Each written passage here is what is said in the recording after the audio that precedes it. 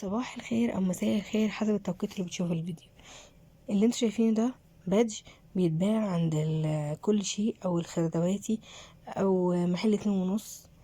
المهم بتشتروه من عنده وبنستخدمه بقى في ايه؟ عندك شميزة اتنتش منك، جاكيت اتنتش منك نتشة بسيطة، بنطلون حاجة باظت فيه اتنتشت منه، بقعة حبر مثلا مش عايز تطلع، ده بقى تحطيه مكان الحاجة لو انت مش عارفة تعملي ايه والحاجة عزيزة عليكي. بس في اشكال منه كتير، انا جبت شكل ينفع للحاجات اللي انا هستخدمها. في بقى اشكال حاجات تانية، في وردة، في قلوب، في نجمة، في حاجات كتير بتتباع. انا اخترت الاتنين دول، ودول كانوا عندي اصلا، يعني انا كنت جايباهم لحاجة وبعد كده هستخدمهم بقى لحاجات تانية النهاردة.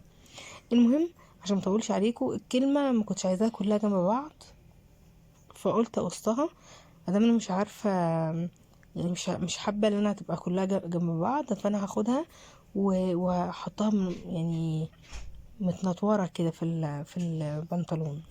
زي ما انتوا شايفين كده كان في نتشه بسيطه كده مش عارفه اعالجها، ولو خيطتها هتبان. فقلت بقى اجيب الحروف دي ونطورها كده يعني في البنطلون، واحط من واحد فيهم حرف منهم مكان النتشه. زي ما انتوا شايفين كده. هستخدم ايه بقى؟ هستخدم المكوة. هي بتتلزق بالمكوة، بيبقى في ظهرها حاجة كده بتساعدها على اللزق، السخونية بتاعة المكوة.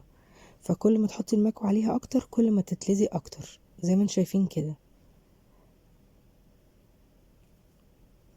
وده انا هعمله في كل الرسمة.